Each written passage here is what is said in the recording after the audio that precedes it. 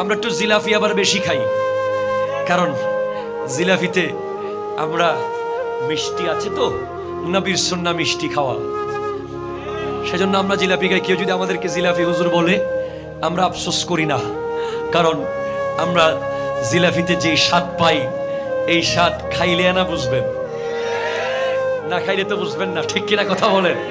জিলাপি যদি দেই সবগুলো একই রকম জিলাপি, বিরিয়ানি যদি হয় সব একই রকম বিরিয়ানি, সব খাবারের টেবিলে বৈষম্য।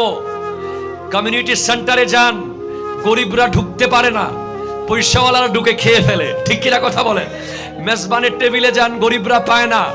হ্যাঁ, বার্থডে প্রোগ্রামে যান, বৌবাতে যান, যেখানেই যান, কিন্তু দুই জায়গায় যাবেন, দেখবেন আপনার পাশে বসে মন্ত্রী, এমপি, মিনিস্টার, ব্যবসায়ী একই রকম পাত্রে খাচ্ছে, সেটা হলো অলির ওরস, নবীর মিলাদ।